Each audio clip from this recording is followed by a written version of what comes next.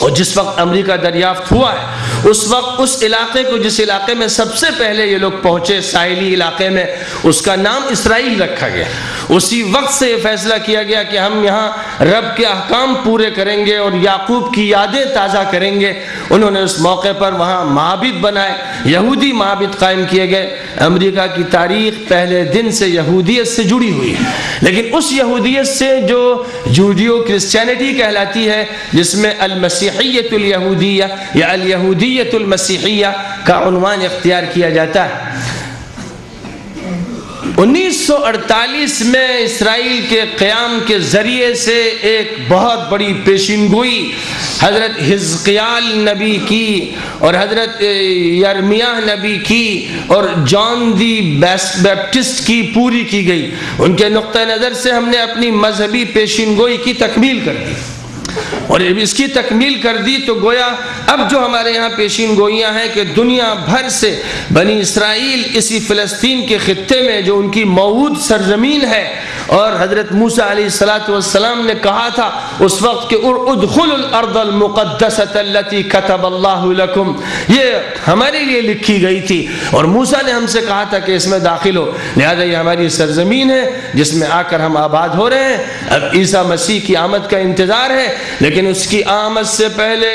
یاجوج ماجوج کا ظہور ہوگا، اور یہ سوویت یونین کے اور چائنا کے اور منگولیا کے لوگ ہیں جن کے ساتھ بگڑے ہوئے بدعہد بے ایمان مسلمان شامل ہیں، اور مسلمان بھی شیاطین کے فوج کے حصے ہیں۔ اور چونکہ ایک دور ایسا رہا ہے جس میں مسلمان کئی ملک کمیونسٹ بلاک میں شامل ہوئے، عراق کمیونسٹ بلاک کا حصہ بنا، سیریا کمیونسٹ بلاک کا حصہ بنا، الجیریا کمیونسٹ بلاک کا حصہ بنا، ایجپٹ کمیونسٹ بلاک کا حصہ بنا۔ اس لیے یہ عقیدہ ان کے دل و دماغ میں خوب رچ بس گیا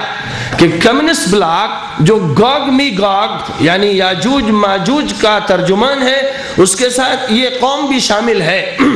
جو ایک نبی کو مانتی ہے، اور یہ قوم شیطان کی فوج ہے جس سے ہماری آخری جنگ ہوگی فلسطین کے خطے ہرمجدون میں۔ ہرمجدون ایک معروف جگہ ہے جس کا تذکرہ پیشین گوئیوں میں آیا ہے، خاص طور پر بائبل کی پیشین گوئیوں میں۔ اس میں وہ نسبت کرتے ہیں حضرت حزقیال کی طرف کہ انہوں نے خواب دیکھا تھا، اور اس خواب کی جو تفصیلات ہیں اس میں اشارہ تھا کہ ایک زبردست معرکہ ہوگا شیطانی طاقتوں سے، اور پھر اسی کے ساتھ ساتھ اس پیشین گوئیوں سے وہ اس دور میں یہ استنباط کرتے ہیں کہ اس معرکے میں نیوکلیائی پاور استعمال کی جائے گی، کیونکہ اس میں ان کا یہ کہنا ہے کہ تقریباً دنیا کی 2/3 آبادی ختم ہو جائے گی۔ یعنی وہ معرکہ اتنا خوفناک ہوگا کہ لاکھوں انسان اس میں ذبح کیے جائیں گے۔ اور آپ کو خوب اچھی طرح سے معلوم ہونا چاہیے کہ امریکہ کے حکام وہاں کے صدور اس عقیدے کے پابند رہے ہیں۔ ریگن بہت متحمس اور پرجوش اسی عقیدے کے حامی تھے، کارٹر اسی عقیدے کے حامی تھے، کلنٹن نے یہ عقیدہ چھپائے رکھا، بش تو برملا اب سامنے آ گئے ہیں الان حسس الحق کے دعوے کے ساتھ۔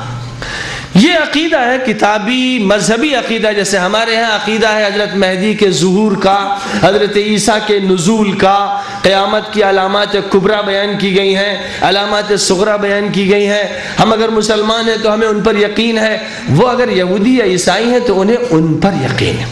اور ہمارے اور ان کے درمیان اشتراک یہ ہے کہ ایک معرکہ فاصلہ کی پیشین گوئی ہمارے یہاں بھی ہے اور وہاں بھی ہے، وہاں ہرمجدون اس کا نام رکھا گیا ہے، اور ہمارے یہاں یہ ہے کہ مہدی اور عیسیٰ دونوں مل، اور بالخصوص حضرت عیسیٰ دجال سے فیصلہ کن جنگ فلسطین کی سرزمین پہ کریں گے، اور پوری دنیا میں جب اس کا فتنہ پھیل جائے گا، دنیا کی طاقتیں، دنیا کے بلاک، دنیا کے ملک، دنیا کی اقوام اس کے شکنجے میں کس جائیں گی۔ کوئی ملک ایسا نہیں رہے گا جہاں نگاہیں گڑوئی ہوئی نہ ہو،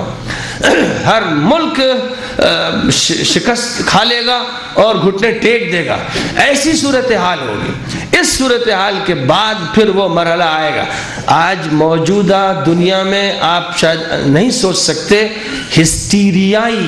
اور مالی خولیائی اور مجنونانہ کیفیت کے ساتھ امریکہ اور یورپ کی متعدد تنظیمیں جو یہودیوں کے ذریعے سے تیار کی گئی ہیں اور فروغ پائی ہیں، اور جن میں ایک تعداد عیسائیوں کی بھی شریک ہے اور اچھی خاصی تعداد ہے، اچھی خاصی تعداد ادھر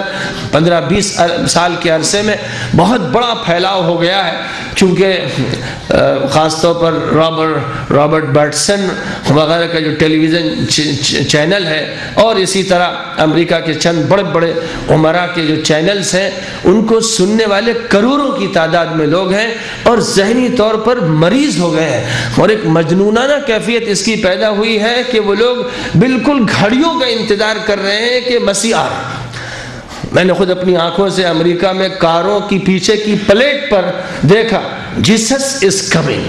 جیسس از کمنگ، عیسیٰ آ رہے ہیں، عیسیٰ آ رہے ہیں۔ یعنی کاروں کی پلیٹ پر کہیں دنیا میں آپ نے یہ نہیں دیکھا ہوگا کہ مسلمان لکھ رہے ہوں کہ مہدی آ رہے ہیں، مہدی آ رہے ہیں۔ ایران میں مہدی کا بڑا انتظار ہے، سرم الرعا کے غار میں جو مہدی داخل ہو گئے، وہاں بھی میں نے نہیں دیکھا کہ یہ لکھا ہوا، وہاں یہ تو لکھا رہتا ہے مختلف جگہوں پر، اے اللہ جلدی سے مہدی کو ظاہر فرما، دعا ہے،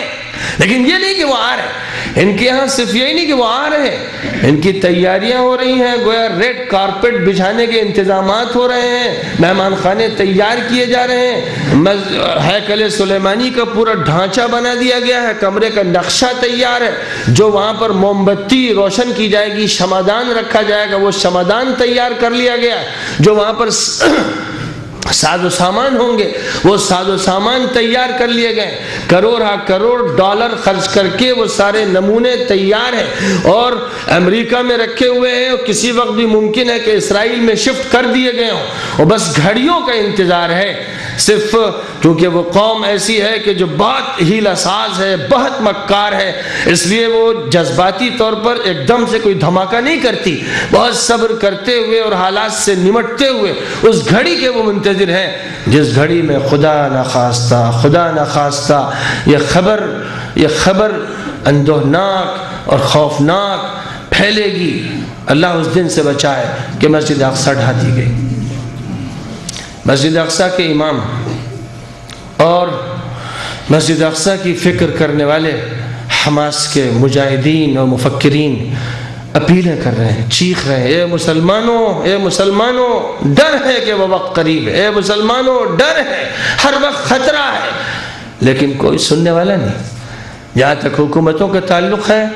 وہ شکنجے میں کسی جا چکی ہیں، وہ دجال کے فتنے میں مبتلا ہو چکی ہیں، اور صرف وہ نہیں کہ جو مسلم حکومتیں، بڑی بڑی وہ حکومتیں جن کو بہت دمدار سمجھا جاتا ہے، مثلا چائنا بھی امریکہ کے شکنجے میں کسا ہوا ہے، جاپان ہمیشہ سے پھڑپھڑا رہا ہے، ناگاساکی اور ہیروشیما پر حملوں کے بعد اس میں کچھ دم ہی نہیں رہ گیا، اور جو بھی جنوبی ایشیا کے ممالک ہیں، مشرقی ایشیا کے ممالک ہیں، حال ان کا خراب ہے۔ جہاں تک تعلق ہے وسطی ایشیا کا، آپ جانتے ہیں کہ ازبکستان کا کیا حال ہے، تاجکستان کا، قزاقستان کا، کرغزستان کا، ترکمنستان کا، رشیا شکست کھا چکا ہے، اس کے پاس اب کھانے کو بھی صحیح انتظام نہیں ہے، اور اس کے پاس اس کا جو ماضی تھا وہ بھی اب ختم ہو چکا ہے، اور رہ گیا تھا ایک افغانستان جو محاذ پر کھڑا ہوتا اور مقابلہ کرتا، اس کو بموں سے تاراج کر کے رکھ دیا گیا ہے، اینٹ سے اینٹ بجا دی گئی ہے۔ ایک ملک اور تھا پاکستان، اس کی عزت لوٹ لی گئی ہے، اس پر نہایت بے غیرت حکام مسلط کر دیے گئے ہیں جو اس کی عزت بھی بیچ رہے ہیں اور زمین بھی بیچ رہے ہیں۔ اور اس کے بعد ایک ملک تھا جو غیر جانبدار پالیسی کا ایک نمائندہ ملک سمجھا جاتا تھا، ہندوستان، وہ بھی بک چکا ہے، غیروں کے ہاتھ فروخت ہو چکا ہے۔ ایسٹ انڈیا کمپنی دوبارہ بنگلور سے اور بڑے بڑے شہروں سے حملہ آور ہو چکی ہے، ملٹی نیشنل کمپنیوں نے ملک پر قبضہ کر لیا ہے، اور آپ جان رہے ہیں اس وقت کانگریس کے درمیان، ملک میں جو مرکزی حکومت ہے اس کے درمیان اور کمیونسٹ پارٹیوں کے درمیان امریکہ سے نیوکلیائی ڈیلنگ کے موضوع پر زبردست بحث چل رہی ہے۔ اگر ادھر سے رکاوٹ نہ ہوتی تو یہ ڈیلنگ کب کی ہو چکی ہوتی۔ یہ ڈیلنگ صرف ایک عنوان ہے، لیکن اس عنوان کے تحت کیا ہے؟ بس قرآن کے الفاظ میں وَمَا تُخْفِي صُدُورُهُمْ أَكْبَرُ، بات پہنچتے پہنچتے کہاں تک پہنچی؟ ہم سمجھتے تھے کہ ہم ڈیموکریٹک ملک کے اندر موجود ہیں، ہم سمجھتے تھے کہ ہم انگریزوں سے آزاد ہو گئے ہیں، ہم سمجھتے تھے کہ ہم محفوظ ہو گئے ہیں، لیکن ہمارے گھروں پر دستک دی جا رہی ہے، اور جو گھروں پر دستک چل رہی ہے وہ اسی رخ سے چل رہی ہے کہ کوئی جگہ بھی ان لوگوں کے لیے محفوظ نہ رہ جائے جو ان سازشوں کو سمجھتے ہیں، جو ماضی میں ان سے نمٹے ہیں، جن کی کتاب مقدس نشاندہی کرتی ہے، جن کا مذہبی عقیدہ ان کے دل میں اس بات کو گھولتا ہے، ان کے دماغ میں اس کو بٹھاتا ہے، ان کے لیے زمین کا کوئی خطہ مامون نہ رہنے پائے۔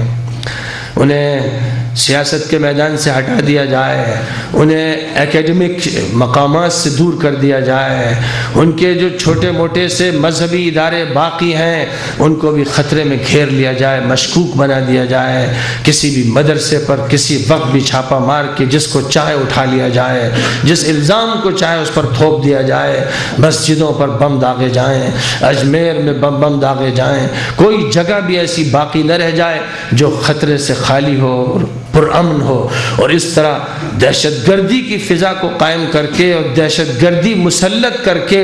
ان لوگوں کو جو بے گناہ، کمزور اور نہتے ہیں، ہر طرف سے جن کو لوٹا گیا، پیٹا گیا، انہی کو ٹیررسٹ قرار دے دیا جائے، انہی کو مجرم کر کے کھڑا کر دیا جائے، تاکہ پھر کہنے والا بھی باقی نہ رہے، آگے بڑھنے والا بھی باقی نہ رہے، لوگ سہم کے رہ جائیں، سکڑ کے رہ جائیں، گردنیں جھک جائیں اور آنکھیں پتھرا جائیں اور کلیجے منہ کو آ جائیں۔ وہ منظر جو خندق کی جنگ کے موقع پر تھا، پورے عالم اسلام میں وہ منظر دہرا دیا جائے۔ یہ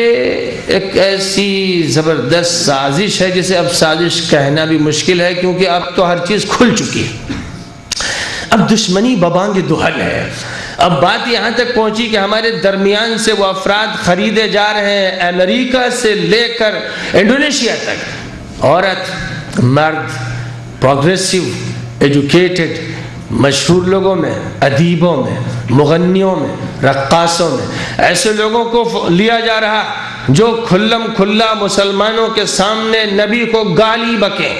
اور پھر انہیں تحفظ دیا جائے، پھر مسلمانوں کو چڑھایا جائے، پھر انہیں ذلیل کیا جائے، ان کی سائیکلوجی متاثر کی جائے، ان کے اندر غیرت کا جو تھوڑا سا بھی قطرہ باقی ہے اسے چوس لیا جائے، اور جو اٹھ کے آئیں انہیں کرش کر دیا جائے۔ دور یہ آ چکا ہے، ایسا خطرناک دور کہ دجالیت لگتا ہے کہ بس بے نقاب ہوا ہی چاہتی ہے۔ اور جہاں تک ہراول دستے کا تعلق ہے، دنیا کے ہر ملک پر دجال کے ہراول دستے کے افراد غالب آ چکے ہیں، حکومتیں بک چکی ہیں، اور بڑی بڑی کمپنیوں کو، اداروں کو، تجارت کو، معاشیات کو، ہارڈ کرنسی کو خرید لیا ہے۔ اب آپ غلام ہیں جہاں بھی ہیں، اور غلام اپنے بارے میں کیا پالیسی اختیار کرے گا، وہ کیسے اپنے کو آزاد کرے گا، اس فضا سے کیسے نکلے گا، یہ اسے سوچنا پڑے گا، اور بغیر سوچے کوئی مسئلہ حل نہیں ہوگا۔ تدبر کی طرف پھر واپس پلٹنا ہے، اور محض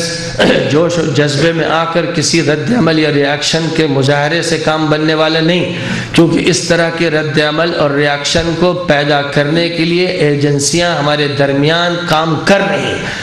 میڈیا کو